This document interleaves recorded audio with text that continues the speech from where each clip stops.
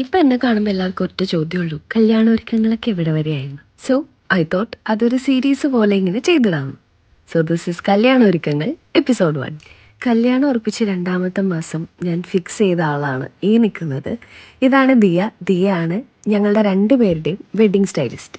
ഞങ്ങളുടെ ഡ്രസ്സും ഓർണമെൻറ്റ്സും ഒക്കെ സ്റ്റൈൽ ചെയ്യുന്നത് ഫുൾ ദിയായിരിക്കും. അപ്പോൾ ഇന്ന് ഞങ്ങൾ ഫസ്റ്റ് പോയത് GOD ബൈ മഷൂർ ഹംസയിലാണ്.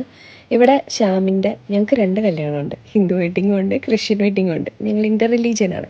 അപ്പോൾ ശ്യാമിൻ്റെ ഹിന്ദു വെഡ്ഡിങ്ങിൻ്റെ ഡ്രസ്സിൻ്റെ മെഷർമെൻറ്റ്സ് എടുക്കാനാണ് അവിടെ പോയത്. ഡിസൈനൊക്കെ ഓൾറെഡി ഫൈനലൈസ്ഡ് ആയിരുന്നു. 2ാമത് ഞങ്ങൾ പോയത് റാസിയ എന്ന് പറഞ്ഞ ഷോപ്പിലാണ്. അവിടെ ഇതേപോലെ ശ്യാമിൻ്റെ ക്രിസ്ത്യൻ വെഡ്ഡിങ്ങിൻ്റെ സ്യൂട്ട് സ്റ്റിച്ച് ചെയ്യാനാണ് ഞങ്ങൾ പോയത്.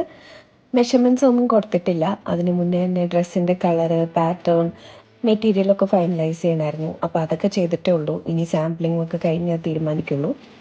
ആൻഡ് ഫൈനലി ഞങ്ങൾ പോയത് കൃതി ലേബലിലാണ്. ഇവിടെയാണ് എൻ്റെ വെഡ്ഡിങ് ഗൗൺ ചെയ്യുന്നത്. And this is the dress that I M most excited about.